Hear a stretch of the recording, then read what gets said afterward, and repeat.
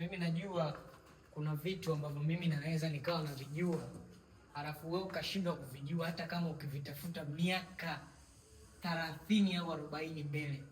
Yaani kuna vitu mimi naweza nikawa na vijua vya kukushauri wewe, halafu wewe nikakuelekeza tu kwamba kitu fulani unatakiwa ukakichukue kitakusaidia, lakini wewe ukashindwa kukipatia ufumbuzi maisha yako yote. Leo kuna kitu nataka niwaonyeshe. Kuna kitu nataka niwaonyeshe. Unaona hii? Unaona hii? Hii ni sarafu. Sawa?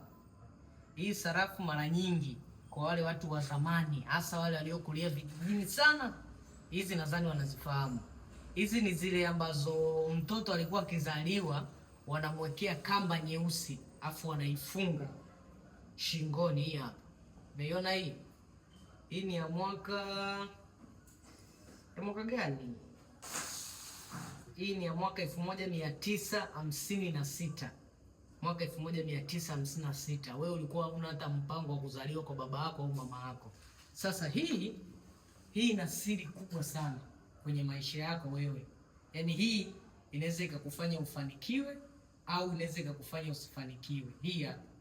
Mtoto akizaliwa, kwa wale watu wa kijijini wananielewa, mtoto akizaliwa walikuwa wanamwekea hii shingoni au wanaifunga hapa kwenye msuli wake. Hii hapa. Alafu niko na hii hapa. Unaona hii? Sasa hii ndio kiboko. Hii ni ya mwaka 1925. Umeona hii shilingi? Kwa hiyo kuna vitu wewe unaweza ukawa navyo ndani mwako, alafu hujui uvitumiaje ili vikusaidie. Kwa hiyo sitaki niongee sana, lakini kwa sababu nyie mna ujuaji, mnatakiwa muendelee kubaki na ujuaji wenu. Yaani hakuna namna ya kuwasaidia. Mimi ningewasaidia, ningewashauri. Shida mna matusi sana. Yaani mimi nina uwezo wa kuambia fanya hiki na hiki usifanye. Lakini matusi yenu ndio yanafanya mimi niache kuwasaidia. Umeona?